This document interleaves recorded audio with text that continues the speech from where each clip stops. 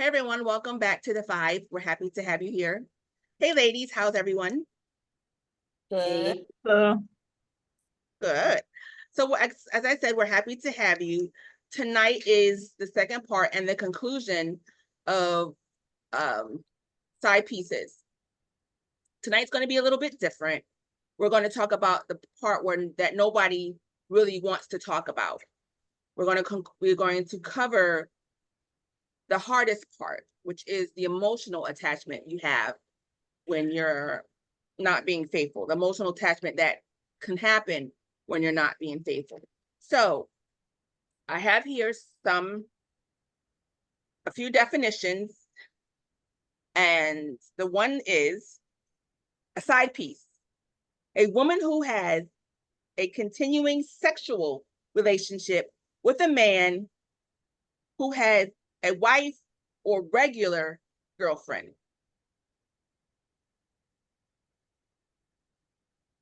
The second definition, which is one I like a little bit more, reads, a side piece is a person with whom someone already in a relationship carries on a physical affair. In quotes, they have not an emotional affair, without having the intention of forming a serious relationship. And it's not gender specific. I personally like this definition better simply because of the fact that it's not gender specific. Automatically, people think a side piece is a female, and they don't even have one. It's automatically a side chick, a side chick, a side chick. So that I love this definition. So what we're going to discuss tonight is the part that no one really wants to talk about. When you think of side piece, side chick, you automatically think of sexual. But the most damaging part of that relationship is the emotional attachment that you get that may develop from this outside relationship, right? So I also have a few words that people use instead of side chick. A concubine, a shake job, girlfriend, bit of fluff, bit on the side, dream girl, sweetie, lady friend, or bedmate. Those are funny. Aren't they? When I read Absolutely. them, I was like, lady friend? The weedy? So what do you call your friend, what do males call their friends that are females? Lady friend? Does that mean so are you sleeping with them too? So how do you distinguish one that you're sleeping with and one that you're not sleeping with if you refer to them as your lady friend? Yeah. Right? Very, very, very interesting. So I'll just, I'll tell my story. So the emotional part of being a side piece is for women, it's tougher than someone I know you're just having sex with. Because men can have sex with any hole and not feel any type of way about it. But if my man's telling me I have this emotional connection with someone, that means their heartstrings are involved. And so for me, I should be, correct me if I'm wrong, I should be the only female outside of family and etc. that has your heartstrings. Am I wrong in this? No, you're right. Right. So, but everybody automatically assumes that it's all sexual. Like we discussed last time, it's about sex. It's about getting what I want for some women, them paying my bills and all this other nonsense. But no one ever discusses the part where, you possibly can fall in love with this person, especially if it's kissing involved. Kissing is intimate. Yeah. Kissing is very, very, very, very intimate. And so Absolutely. Very. that's when the heartstrings become involved, right? But everyone forgets that part. Everyone forgets that part of being a side piece. Everyone forgets that part, which is interesting to me. I find that very, very interesting. So I don't know, ladies, how do you feel about, emotional attachments, or if your man says, babe, I'm sorry, but I've been cheating, but You have somebody waiting to get in. I'm sorry. She's been there for a minute waiting to get in. Oh, Nancy Claude she's here. in. on my screen. She's in. Oh, okay. Hey, Nancy. Yeah, no one. So if he comes to you and says, babe, I'm having this relationship with someone, it's just sex. But then another one says, I'm having a relationship with someone and I think I'm falling in love with her. Can you handle one more than the other? My thing to that is, are they actually sharing that part? Is that something that they're actually coming forth and saying? Typically, it's secretive. Even if they was, I couldn't accept either or. It mostly is, but what happens if his conscience is just so overwhelming and he really doesn't know, or she doesn't know what to do with these emotions? For example, the case that I saw on social media not too long ago. There was this lady, she was married for I don't remember how long. She was overweight, insecure with herself, and just very insecure with herself. And she got on social media. Some guy started paying her attention, She started to lose weight. And the more confident she grew, the more people she attracted, right? The more people she attracted. And at some point, she just got really cocky with it. And she said to her husband, and lo and behold, they divorced because of it. So there are some that think that the grass is greener on the other side when they get this attention that they weren't getting from their spouse or their significant others. At 20%. 80-20. Exactly. Mm-hmm. For me, it'll be a peace out. Either way. Either way. Right. For me, it's a no. Mm-hmm. I agree. I mean, if they would have tried, if they can work it out, maybe try to give the husband a chance to remedy himself and give her that attention. But she was like, nah, I'm out. Right. Because he might not have been giving her that attention. My question would be, what type of attention was she getting prior to the confidence that she received from her husband? Even though it was a weight loss, my thing, if he had that confidence boosting her from the beginning before she lost the weight, she might not have. Exactly. She wouldn't have been feeding from the other dwellers. So to me, she wasn't getting what she needed. So that was her way out, I guess. That's why it's important, to have conversations. Absolutely. And the hardest conversation is the one that makes you feel the most vulnerable. Yeah. And I think maybe conversation, counseling. Did she freeze? Had she said, babe, you're not X, Y, and Z, then maybe he could have remedied that. But maybe she told him, maybe she didn't. But either way, nothing happened. And so when she started losing weight and she got this negative attention, when we all know that negative attention sometimes for people is better than no attention at all. Right. I've been there. And so I understand. But my thing is, I don't even think she gave him a chance to fix anything. I think she just was was out. And we can't judge because we don't know how bad it really was. We don't know. We don't know what it, she gained weight after the marriage. Who knows? Only they know the situation. But on the outside looking in, this is what happens when, or one reason why your spouse, your significant other, begins to pick up a side piece, because of lack of something. There's a lack of something. I just hope it's worth it. You said they were married for like 20 years. How many years? I don't know how long they were married. Whoever she left him for, I just hope it's worth it. The attention and all that she thinks she's getting and that she's losing from leaving the husband. I just hope she thinks it's worth it. That's my thing.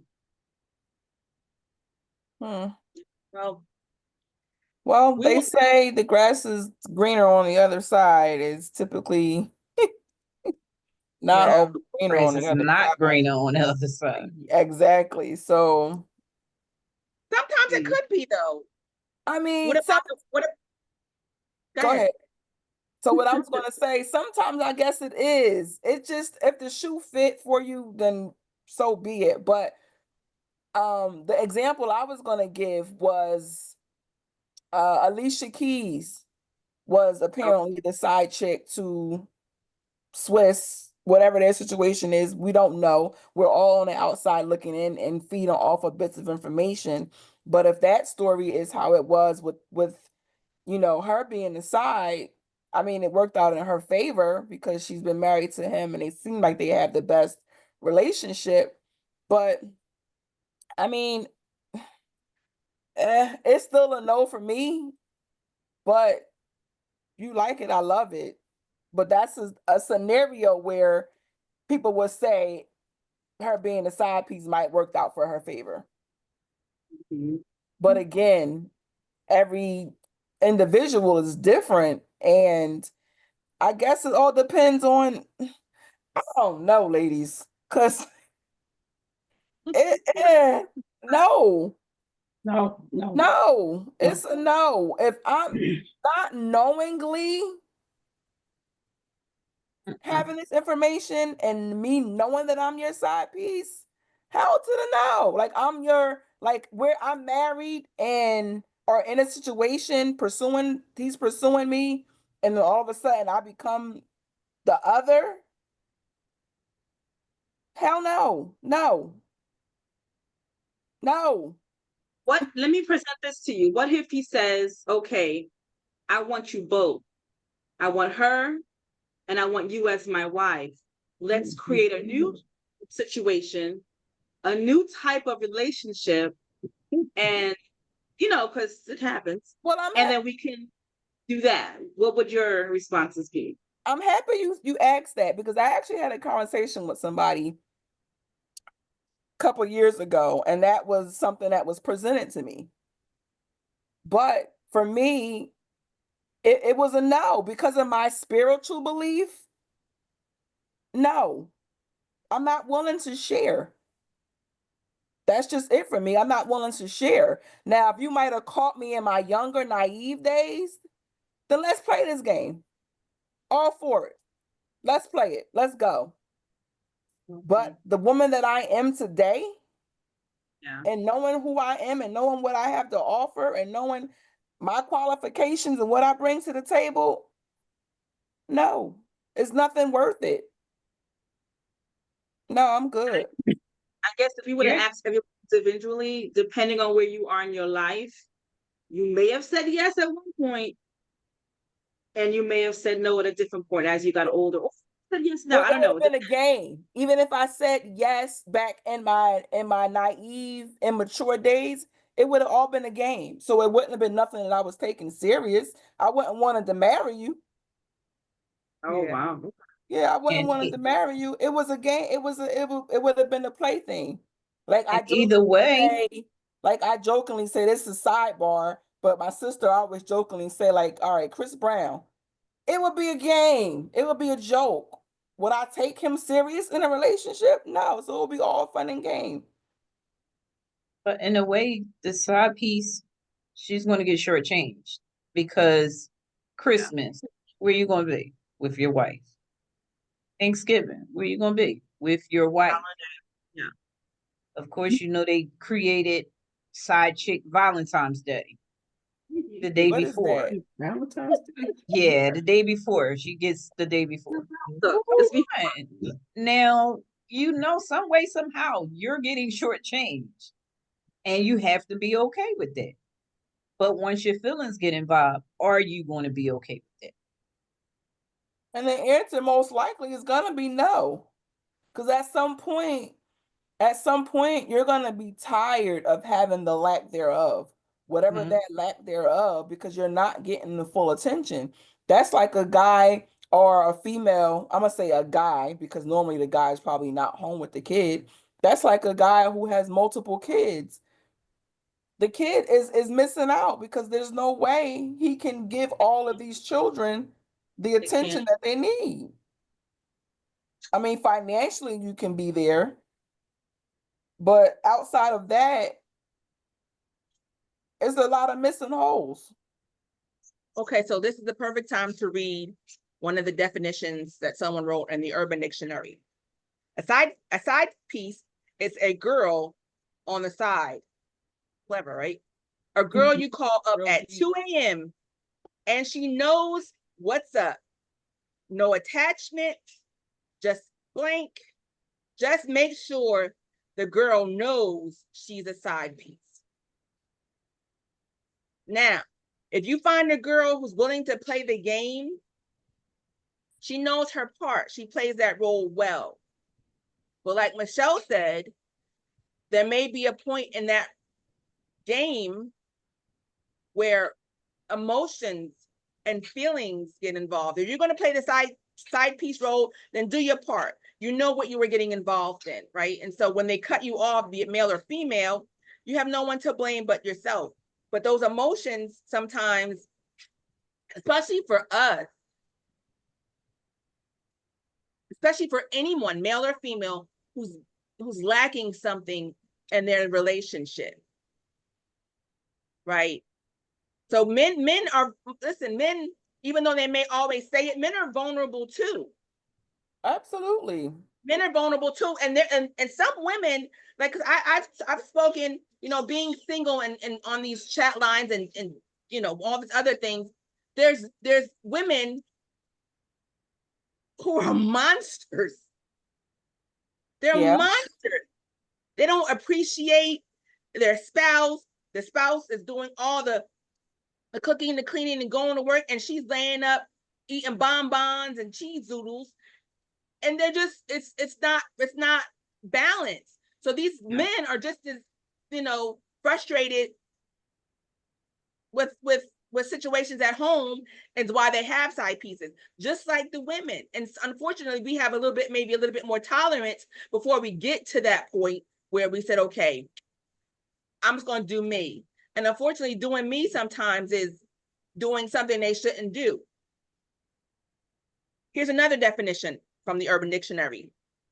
A side piece is a girl or a boy you speak to on the side because you do not have the time for a boyfriend or a girlfriend. Okay. too busy. Yeah, their lifestyle. I've seen that. Yeah, I don't know if I would call that I mean, a side piece, but that's not a side piece in a that's just someone you're dating. And if you refer to them as, to me, if you refer to them as your side piece, then that part, to me, that's not a negative connotation as the other definition. You just don't want to commit. Yeah, They don't. And Yeah. unfortunate. But like S said to us, our last taping, all of the situations are not you know, the lack of in a relationship, and this is why these individuals go and get the side piece. It's not always the lack thereof. It's just some people are selfish. Yeah. And they just want their cake and eat it too. And for them, it just may be a gain for them, or I don't know, but that's also that part as well, where you just have people that are just selfish and just bored, have you, and just, you know, want something to do. And I even saw, to set up Mika, on social media, I saw this video where they were having a conversation in a crowd, and a man came up to the microphone. He said, you know, he's married too, and his wife was literally standing right next to him. He said, you know, men are sinful. Men are made to cheat. Men are going to sin regardless. Men are going to cheat regardless, as if they don't have self-control. And I was like, really? And that was basically his response to that. That was his statement. Like, you know, we're made to cheat. We're created to cheat. We can't help ourselves. I mean, That's a I've been hearing that for, What do you say Huh? about that? that's a cop-out. yeah, I've been hearing that. I've been hearing that for years. Like, it's a man, so that's what we're supposed to do. To me, that's just a easy cover up. Yeah. And To I'm me, like, it's just the easy, okay phrase. Just to That justify man, it. that's what I'm supposed to do. Go his ahead. wife was standing right there. So I'm wondering, are you literally cheating on your wife? Is this your way of coming out? Is that why are you making this statement in public? It was so funny. Possibly. Ruth has her hand up. You have a question? When I was younger, I was taught that when it comes, like for example, you had married friends. It was like the married hung with the married, the single hung with the single. Mm-hmm. That's what I was taught. Absolutely. And that's why, married hang with the married, single hang with the single. So when I got married, my male friends that I had, and it wasn't that many, pretty much it was just one faithful one that is still my friend today for over 53 years. And I told him I was getting married, and I told him as a friend, I will, as a friend, you can be my friend, but there comes to a point where things change. Everything has to change now. And I will never allow you to disrespect my husband with anything out your mouth negative. If so, then you don't respect me. That's our friendship. Absolutely. When I married, and I went to Charles at some point with that same thing, and he said to me, "You're not going to separate me from my friends." Okay. I got rid of cards, pictures, whatever I had. I got rid of all of it, whether it was a nudie or fully. I got rid of everything. He had everything in his closet. Oh, wow. In his closet. And he told me, "You're not going to separate me from my friends." So I believe that through my whole marriage, I was the other woman. I was the other woman. I was the one that was calling 2:00 in the morning because I was here and he was there. I was in Philly, he was in Jersey. I was the one calling the long distance calls. I was the one that was asking him to come because with me being here and he was there, all his friends was in the same city and state he was in. So they was just a phone call away and a distance away. I was 2 hours away. So I was Before you got married, you're saying, or when you were married? My whole marriage, the whole marriage. Okay. The whole marriage. So I was the other woman. Sandra McGill said to me one day, she said, what you doing? Dating your husband? Now we were married for years. What, you dating him?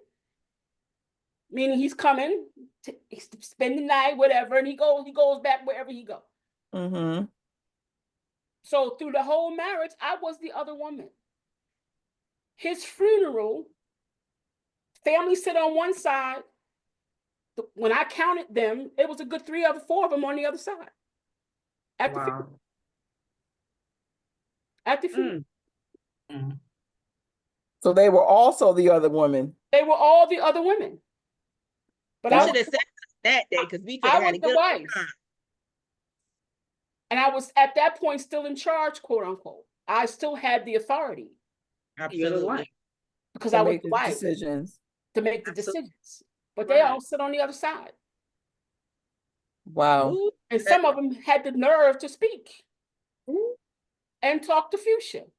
Now bringing that up, would you say that was a bit disrespectful to show up? No. I could sit here, I could tell you another story. There was one individual female that he was dealing with at some point before us. And she was pretty much the one who I said, listen, you got to make some changes. She had a child, and the child, that was his goddaughter, which I thought for years was his child, but it wasn't his child. And he would go shopping and do all these different things for his godchild. And I would say to him, if that's your godchild, it's ours. I had no problem with it. Let's shop together. Let's do this together. Let's do whatever together. He would shop, come home and bring the receipts and put them on the dresser for me to see that he had went shopping or he had involvement with the mom or whatever. Then when I finally said, God, I'm done, maybe 3 years before my marriage, 3 years before the divorce or so, this same chick got pregnant. And he disappeared. She called me and asked me to do her a favor. She asked me to call him to let him know that she needed to talk to him because he wasn't answering the telephone. And I said to her on the phone, how dare you? She asked, call me, can you do me a favor? Because I know you still have connection with Charles because of Fuchsia. I need you to do me a favor. So I called him. And I laughed in his face, in his ear, and I said, your baby mom wants to talk to you. You need to call her on the phone. And she lost the baby. She didn't even have an abortion. She lost the baby. And what could he say to me but besides pick his lip up and say, okay. Because wow. What could he say? And we were still married. Wow. So I was the other woman, my whole marriage. I don't think there was ever a faithful time there. And when I left and came here, then, like I said, the distance was there. I mean, we worked at the job, ladies. We worked at the job together. I had females looking at me like I had two heads. I had my supervisor come up to me one day, a male, and say, why are you still dealing with him? Why do you deal with him? And that supervisor was our supervisor at some point. And he came to me and said, why are you still dealing with this? Why are you dealing with this guy on the job? Yeah. So my question to you is, learning what you've learned and, your experience, only you know why you actually stayed with him, knowing that you, even though being his wife, that all these other chicks were there. Good question. I stayed with Charles 18 months and I left and came here to Philly. I stayed married to him another 10 years. After that 18 months of living under the same house, I left and came here. Was married to him for a total of 12 years. And in those 10 years, Tamika, that I stayed, there was several things that went on. One, I did not want to be categorized as being divorced. I didn't want to be categorized as failure of my marriage. I wanted it to work. I loved him to the level of love that I had. So I stayed. And through them 10 years, I was faithful.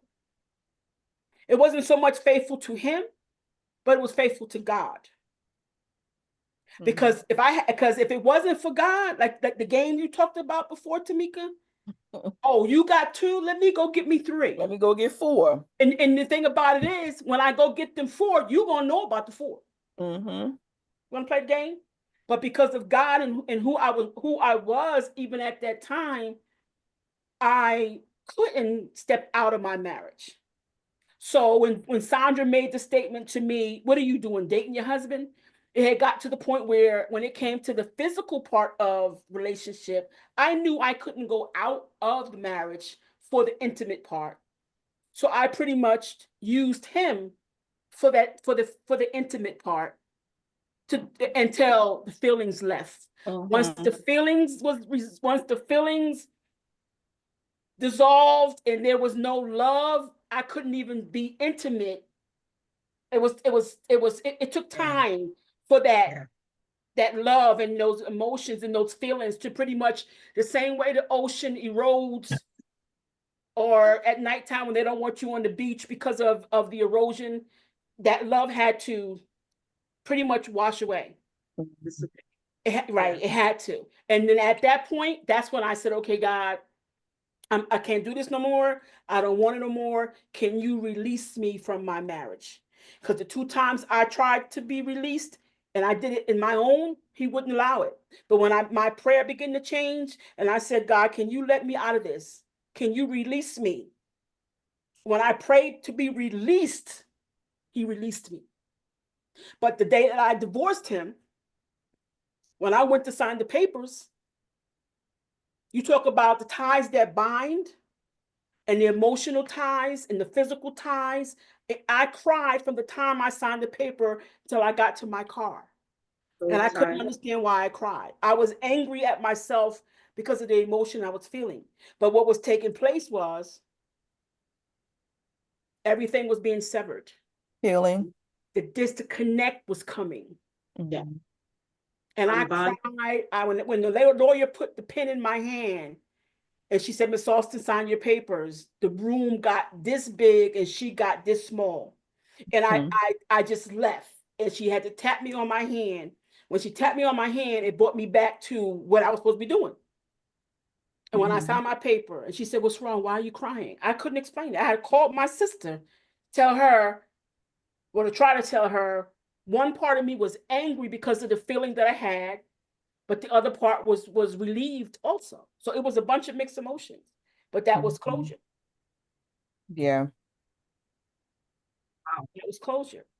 So those 10 years, Tamika, a lot of those 10 years was many things in those 10 years. Some of it was the flesh, and others was not wanting to be labeled, not wanting to be a failure. And all my parents their marriage was not a failure, and just different things that made me withstand the 10 years, but we weren't even together. I was here and he was living his life with Vita Loca. Wow. But I was the one other woman through the whole marriage. And Did you he want to know what else, ladies? Let me tell you why. Let me just throw this in there if you got a minute.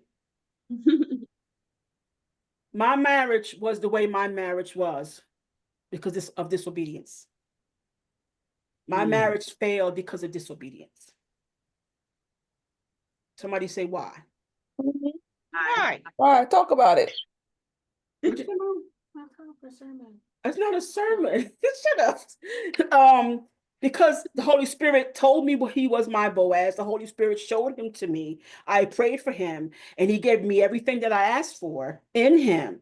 But when I prayed and asked for him, I asked for everything on the external, everything from the outside. One thing that I failed to ask for was a saved man. So I got everything that I prayed for, but salvation. Everything from the curly hair to the 6 feet, to the big hands, to the big feet, everything. I asked for all of it, but I did not ask for salvation. So I did not get a saved man. And because of lack of understanding in my will and not me waiting, I put Ruth in the middle of it. I said, okay, God, thank you. I don't need you no more. Thank you. And I took it from here. I can take it from here now.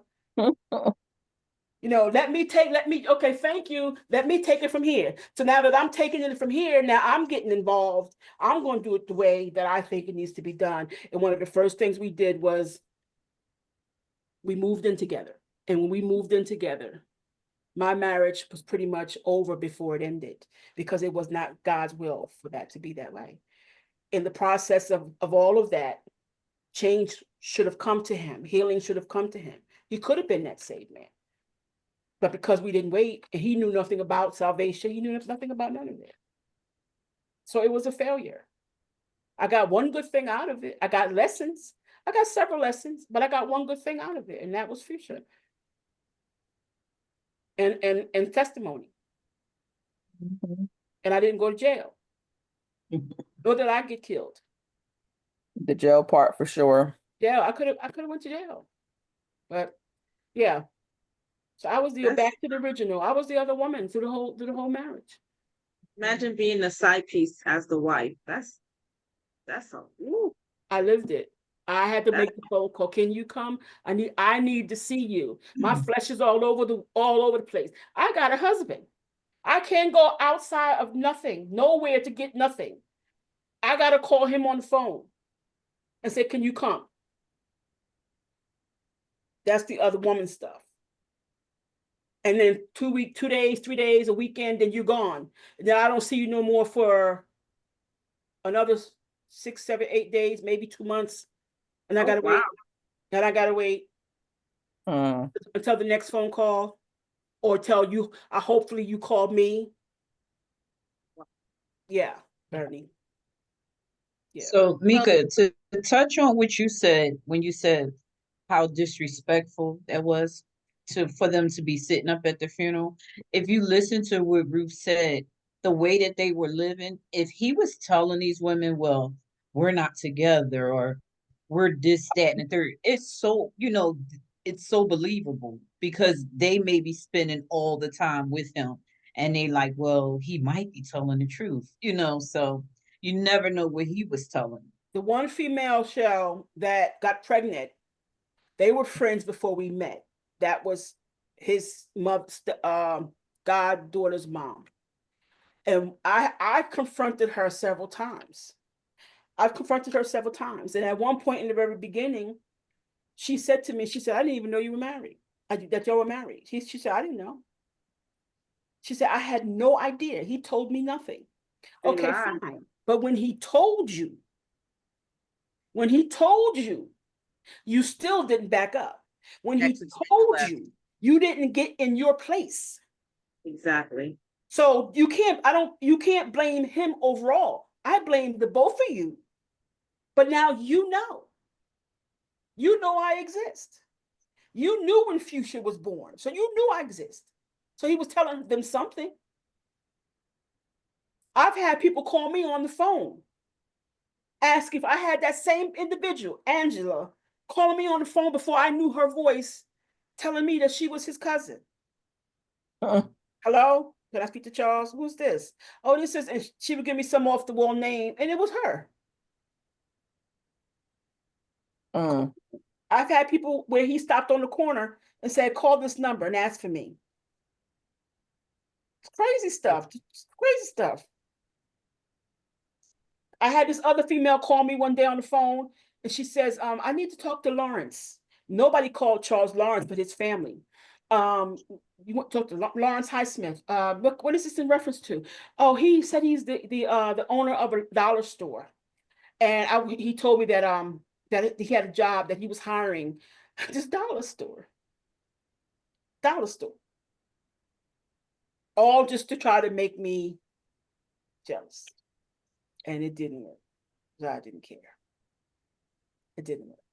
Level of the lies. I had somebody when we lived in the towers, this girl who had a really bad reputation. And she had a reputation for selling herself for crack. She rung my doorbell one day. We got paid one day, and I said to him, I need to make some change. You got change for $20? He said, no, I don't have it. I said, all I need is $5. The same female rung the doorbell. What did he pull out his pocket? $5. So it was Bernie. The 12 years, the 18 months was an experience. I believe it. So you mentioned something that I thought was very crucial. Well, first of all, thank you for your transparency, because transparency is key, right? You mentioned something that, you prayed for him. You had this list, and God checked off everything on this list, except you didn't add salvation in it, right? Which we know as women of God is paramount, right? So that leads me to this passage, Proverbs 18:22, which states, he who finds a wife finds a good thing and receives favor from the Lord. Favorite scripture, one of them. Right? So my question to you ladies, because, as Bernice stated, the man stated, men are men. And if we went with that ideology, we as women, we're screwed. right? Where we would be screwed. But we do know that there are some good apples within the bunch. What happens when your husband is saved and he uses his way of thinking or goes back to the Old Testament to justify his extracurricular activities outside of you? But like having concubines? Yeah, exactly. Oh no. Exactly. Just like, this certain religion that, is pretty much in Utah and that surrounding area where it's okay to have multiple women, even though that wouldn't be considered a side because they all know about each other. But what about those men who feel that way, but they keep that portion a secret? Yeah. Like for me, it's difficult because I used to have that same back in the day when I was younger and naive and tired of boys. Let's call a spade, because men don't cheat, boys do, and you could be a 50-year-old boy, right? So, my one process back in the day was I'm gonna get them before they get me. So I played the same games. You want to play? Let's play. Because we all know, women know that no one plays better than we do when we play games. Men can't handle it when it's reciprocated. They Absolutely can't not. things are done to them. They can't. They're emotional. They're distraught. They're in distress. They need CPR. Every name in the book. You become all these names in the book if you flip that thing. Right? If you flip that thing, so don't start nothing you can't finish. That would be my thing. But I don't, but being who we are now and knowing what we know and being those women that understand our worth. Because if you don't understand your worth, you're going to be a side piece. That's male or female. Right. That's what changed me. If you don't understand who you are and who God have made you to be, you have potential side piece mentality, especially if you're not being stroked and caressed the proper way, with a man or without a man, with a woman or without a wife. You know what I mean? These things could happen. It's reality. It's the reality of the thing, and so when I think about this scripture, that means everything that you prayed for, like Ruth just said, God has already checked. You gave him a list and he's checked it off when you're in salvation. So what happens to those points where you try to justify, okay, well, the Bible also says, well, the wife is to do this, that, and the third. And with this particular woman that you chose her, not doing this, that, and the third, because you wanted someone that wasn't equally yoked with you. And now you want to justify doing what it is that you're doing as it pertains to being a side piece or having a side piece. The people use the Bible to justify all kinds of stuff, all kinds of sin, but it's a complete opposite. So knowing the Bible back in the day, yeah, that was necessary sometimes because it had to build a population. So we get that part. But when that thing stopped, why didn't you stop? Why do you think it's still okay to be having a side piece? I mean, have a conversation. You never know. You may be married to someone who's, you just never know. I ain't going into that. That's too deep. I ain't doing that. Blah, blah, blah. But if you're one of those women that's okay with it, you have a spouse that's okay with it, then have that conversation. And let's be clear. Since I'm there, let's just be clear. Again, it's always okay for men to do certain things. Double like standard. that, right? It's always a standard, and it's a crappy standard, right? And so we remember in part one where I talked about the couple who the husband wanted his wife to have a threesome so bad. And obviously it was a male and 2 female, right? And so he wanted that so bad. And then when she did it and she got turned out, now he just is beside himself. On the floor. Open that door. He completely opened that door. Now he's beside himself. And guess what he did? He had the audacity to divorce her. But he wanted the threesome. Exactly. Now, had she flipped that thing, okay, let's have threesome, but let's do the opposite. Ain't no way on God's green earth that they are doing that. They're not doing that. And all these stipulations came from back in the day when women didn't have any say. Women were just made to take care of the house, take care of the children, be my whore, and do everything I say. Mm-hmm. And unfortunately, some men still have that mentality. Still, honey.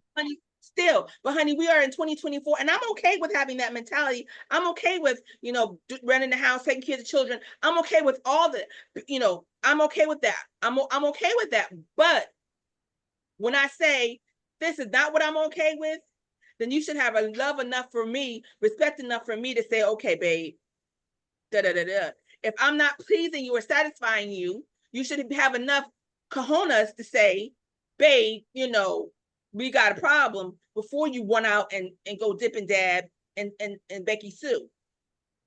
And then when I find out about Becky Sue, now you want to get mad at me because you, babe, didn't do what you were supposed to do. And babe, you don't satisfy me, This is the problem. And again, because we automatically take God out of everything. The moment we took God out of a marriage and people started having sex and justifying them having sex out of wedlock, and now you're married to someone because you had 20 partners and they only had one. Now they're not equally yoked. And so now all these tricks. She can't figure these tricks out, or still learning herself who she is as a woman. A learning process. Who she is sexually, that go hand in hand. Now it's not equally yoked. And so now you got to go get Trixie down the street. Trixie. So go ahead. I'm gonna let you finish. I'm done. I have a story to tell. Okay, so this could have I could have almost had a side piece during my marriage. And I say that because my first year of marriage, for those who don't know, I relocated from Philadelphia to Georgia. My first year of marriage, don't know what went left, but we weren't, it was thick. So I was forced to go back to Philadelphia. Now, mind you, I said this was my first year of marriage. I was forced to go back to Philadelphia. So after being in Philadelphia for almost 3 holidays, our first holidays would have been our first holidays together, I was sent back north. So I'm away from my husband. I'm young. The flesh is fleshing. So I said to him in a text, listen, you got me here. You're making me want to cheat. This was my conversation because, listen, for one, my flesh wanted me to cheat. I'm telling you, dude, I think you need to get your wife back to where you are because she's telling you she got needs and they not being met. Hello. So my commitment, like my aunt said earlier, my commitment was to God. So because of that, I didn't cheat. But his comment to me was some quote in the Bible and told me that's not what you want to do. Y'all hear the crickets? Oh. So I said, God, what man, I don't know any man would have shipped their wife back to the city where all of their exes were, and you okay and you home with your hands behind your head. Still. But again, because of my commitment to the Most High, I had to fight and not cheat. It's a lot. And not get somebody and make him the side piece, because he could have definitely been. I could have had a side piece and been married. So I get it, but as individuals, it has to be. I don't know. I guess a choice. If you're not religious or into religion or have a spiritual aspect, I guess you can do whatever you want. But I just wanted to share that story for those who, have faith and they believe. You have to take that choice and take a stand and fight for what you know was right. But I could have definitely made some calls that would have definitely came through. Like, where you at? Where I'm coming to get you and what time? So as married men, married females, I just think we need to do better. We just need to do better. If you're not committed, one, to God with the spouse that you picked or he gave to you, or however you want to say it, if you don't have that commitment and that connection to him, then he or she don't stand a chance. And if that's the case, just get out of the relationship. That's my advice. And in addition to that commitment, have that communication, like you said, Nicole, earlier, even before the marriage. Like, talk about everything. Talk about all your likes, your dislikes, what you like, and talk about things you like in the bedroom. Talk about it. You know what I mean? Talk about what you like. Talk about what you don't like.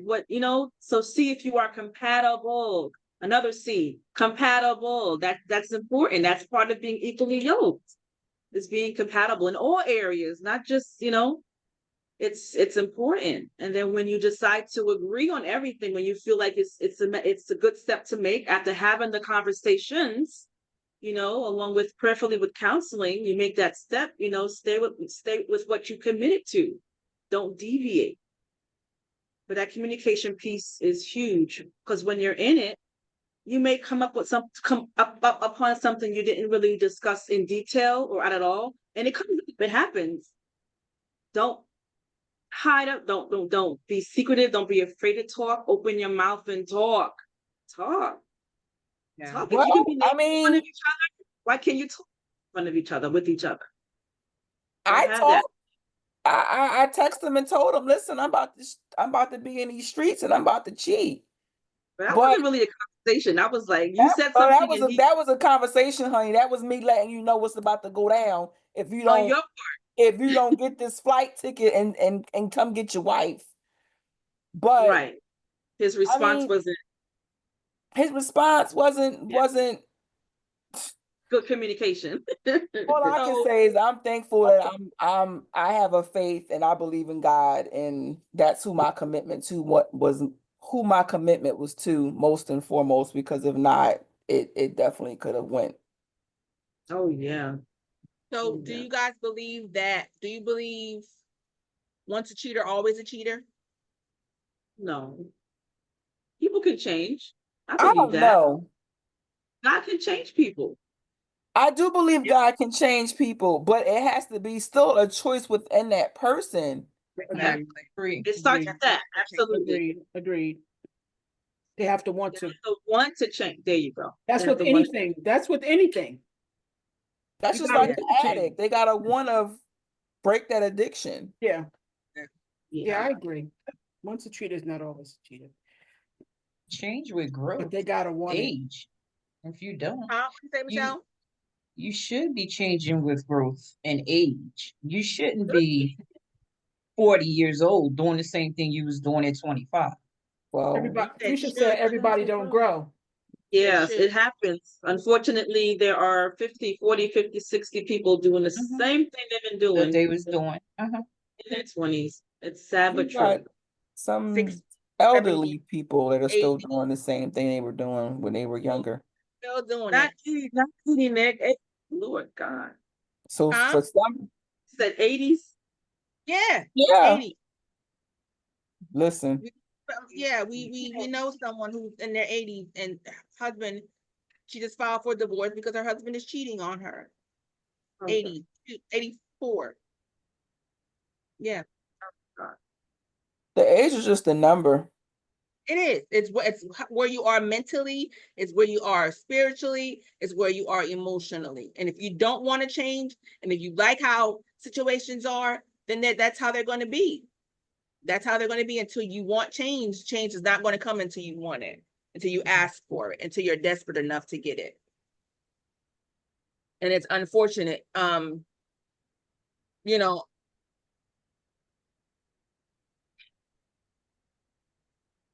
so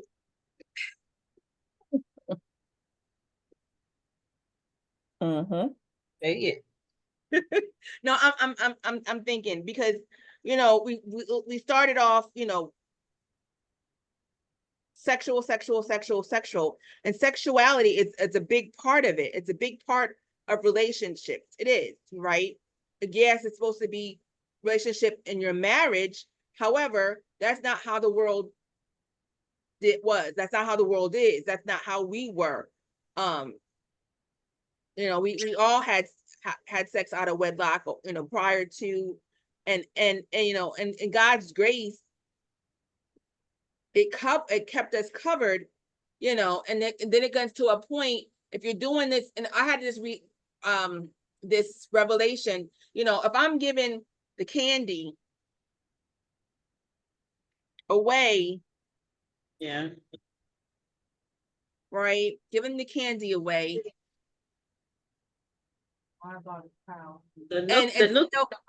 and still getting all these cavities. There's nothing good coming out of me giving the candy away, put it that way. Literally nothing. Right. And you guys right between the line. Go deep, you got it, right? So yep. There's nothing good coming out of me giving this candy away.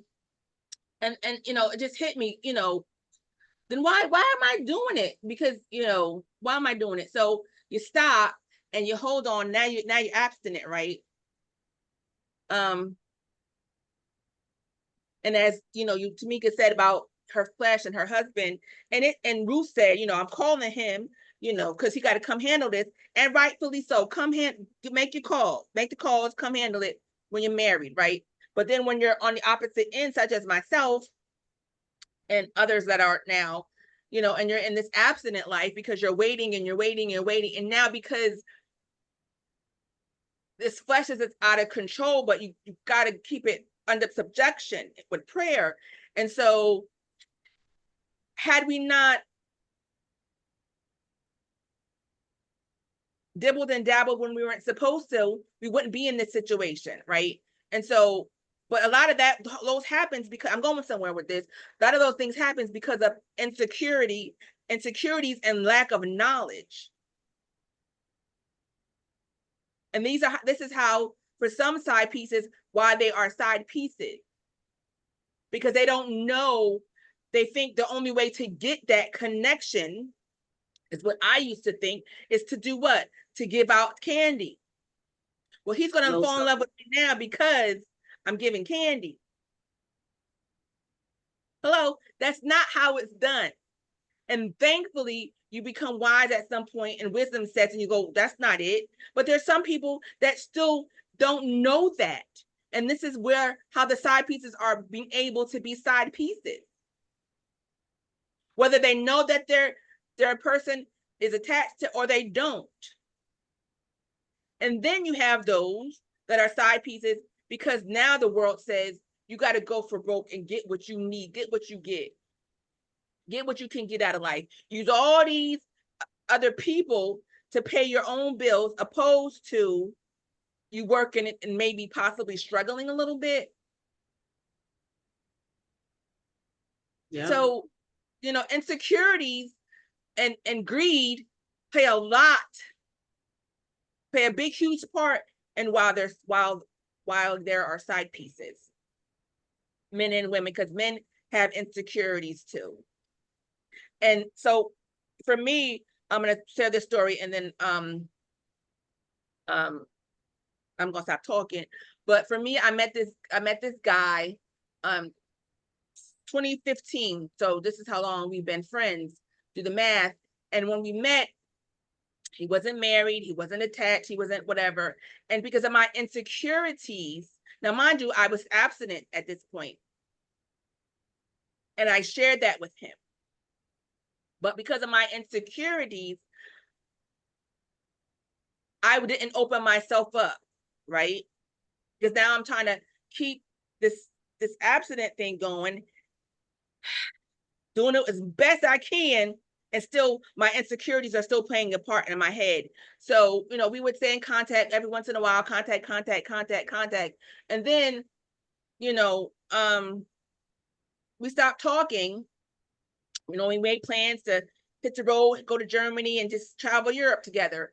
Let me know his door was always open, all these good things. And then I backed off because of my insecurity, right? And so at some point he met someone, he got married, and he got married in September, reached out to me in February. And because I am who I am, are you married? Yes. I just got married. He would have never told me this. Never in a million would he have shared that with me, right? Nope. I'm like, okay, cool. So I just stopped talking to him. And when I tell you I love this man, right? So that was that. Cut him off. That was that. So in September 2019, we all know what happened in 2019. September 2019, our brother passes away. October, he reaches out to me. Mind you, I haven't talked to him since February. 4 months after he got married, he reaches out to me in October. And I know I shouldn't be talking to him. I know where my heart is. I know where my mind is. But because of me being where I was, I needed a distraction. You were vulnerable. Completely vulnerable. And when I say, once this man found out what happened to my brother, because he knew how close we were, this man, I talked to him every single solitary day. Every day. Every day. And at some point, Christmas, that happened. November rolled around. Christmas rolls around. Christmas Eve, 2019, at 10:22 p.m., he texts me. I finally read the text a little after midnight. Now it's Christmas morning. What does this text say? It says, I love you. Blows me out of the water. Blows me out of the water. Now I'm literally in my room. My nieces were in there. They don't know why I'm doing what I'm doing, but they're looking at me like, what the heck is wrong with it? Because why would he say this? He shouldn't say this. Oh my God. So I'm losing my mind. Losing my mind. So I say what I say. I don't say I love you, but I say what I say. Days pass, I ask him why, and explains to me, and now that emotional affair, now it's an affair because he's married. The emotional affair, the emotional attachment is way stronger than any sexual chemistry that we've ever had. Yeah. Our hearts are locked with one another. I don't do it. Completely intertwined with one another. So, I disappear for a while because I can't. January hits, I can't do this. I go for weeks, but I know he's texting. So now I'm looking because, so now because my emotions are attached. I know he's concerned. Let me just tell him I'm okay. And then what happens? Then we pick back up where we left off like nothing ever happened. Where were you? Da-da-da-da-da. So I explained to him what happened. Okay. Well, you're having, don't, I said, well, you're cheating emotional. Don't say that. I want you to say that. Well, that's what it is. Let's just call a spade, right? And so my birthday rolls around. I said, listen, I said, what happens if you never talk to me again?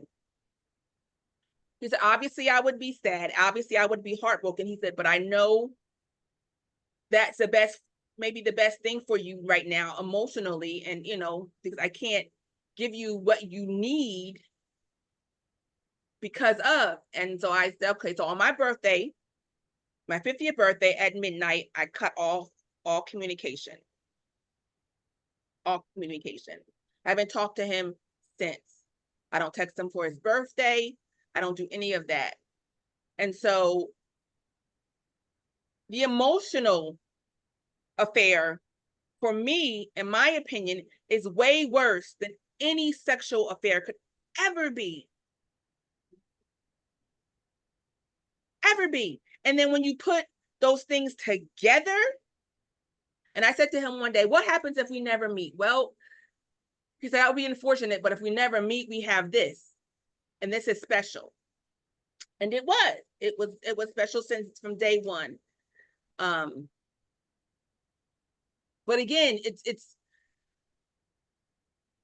we all fall short at, at some point or the other, but it's how long that you stay there, how long you continue to settle, how long do you continue to compromise, how long do you continue to have unsatisfactory, trying to make it satisfactory.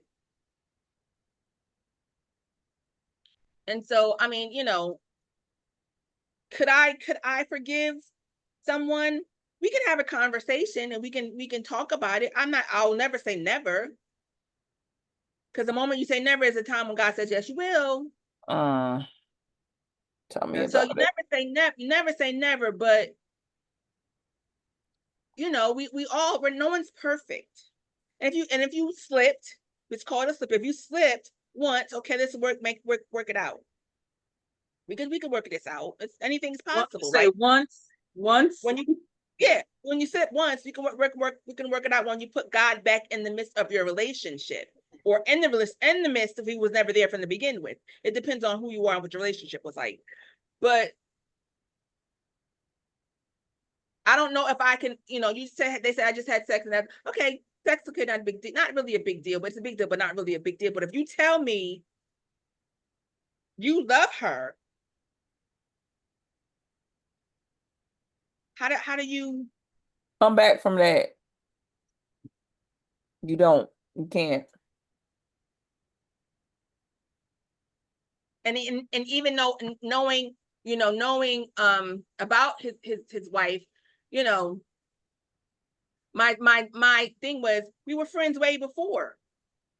And had I not been so insecure, there's a possibility I could have been his wife, right? But that doesn't count. That's irrelevant. It's irrelevant. Mm-hmm. Woulda, shoulda, coulda don't count. Mm-hmm. Right? They don't count. But it's knowing and growing from your mistakes. Yeah. That should push us and project us to the next level. But if you don't want to admit that you were wrong, if you don't want to confess your sin, if you don't want to explain and have a conversation, babe, and I don't think I would have done that had I been attached, if there would be no need to. But because I was where I was, my best friend had just left without warning. I'm all over the place. Yeah. All over the place. And he was the only thing at that moment. I wasn't mad with God at the beginning, but he was the only thing at that moment that kept my focus from focusing on what I just had, what my heart was feeling. He was filling that place back up, even though it was depleting faster than he was filling it up. If that makes any sense. And so there's all reasons why they're side pieces, all kinds of reasons. There's selfishness, and there's just plain loneliness. Let's just be real. And so, and either one of them is still wrong, but it is what it is. And you can either grow from it and move on, or you just stay stuck. I have to say this, Nick, what you went through was I'm sorry, Ruth. What you went through was a traumatic event. That's a death that sudden, that quick, that's traumatic. That's an example of a traumatic event. And people seek different ways to seek solace. They seek drugs, they seek people, they seek sex, they seek different ways to feel better, any way, form, shape to feel better. And that was just your way in that form. And it was, and it did make me feel better. No one can judge you for that. You know what I mean? No one can judge you for that. But I can, because I kept saying I shouldn't be talking literally out loud, because some things you have to say out loud in order to hear and feel what you're saying. So I shouldn't be talking to him. I know I shouldn't be talking to him. I don't know how many times I said that, but yeah, I just kept a conversation going. That this is the time where we're supposed to fall into God further, opposed to fall into the flesh. But you're human. But we're human.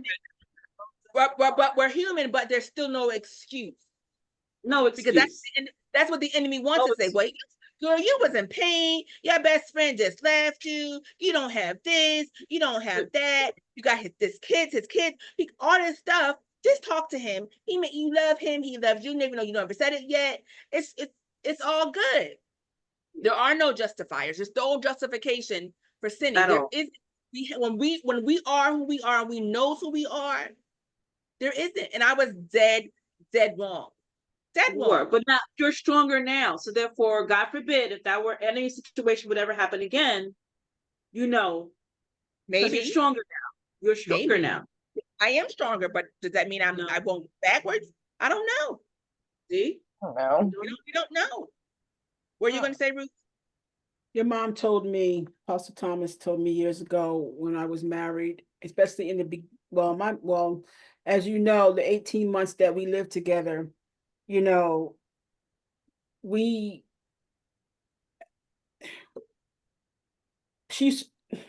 trying to figure out how to put it. I was giving all that I had to Charles to the best of my ability. And in turn, when you give 100, you want 100 in return. Absolutely. Whether that's the love, whether, you're dealing with all 5 of those, what you call them?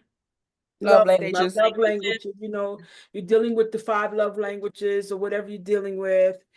And, you feel as though I'm giving 100, so I want it in return. Your mom used to always say to me, Ruth, evidently he's giving you the best that he got. Maybe that's where that song came from back in the day. But she used to say, he's giving you all that he know. He's giving you all that he know. And it wasn't good enough.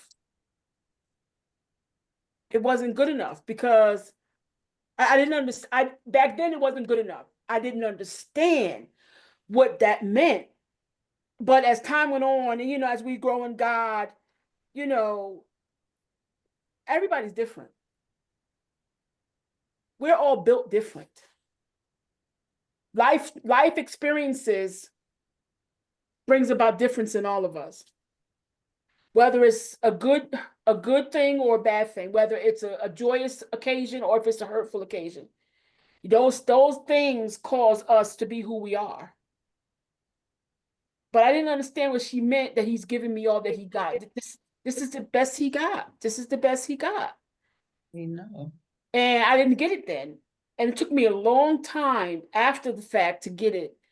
And then seeing how he was and seeing his hurt and then learning more that I probably would have learned if I had waited and not rushed into a 5-month marriage. Anybody catch that? 5 months? I heard you. 5 months. I would have probably learned and gave God time to show me and tell me what I needed to know so that I could have went and had prayer for him or pray for him myself. But I didn't do any of that. So I had to learn while I was in the midst of the heartache and the pain. I became a product of my environment. Well, the environment tried to cause me to become a product of my environment, but I had to get out of that environment because somebody would have got hurt. Yeah. Somebody would have got.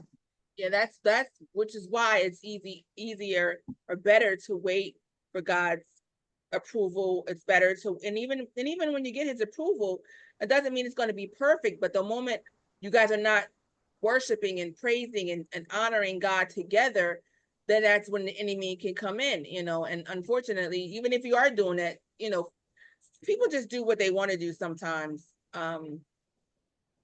Yeah, that's it. And it just it messes up.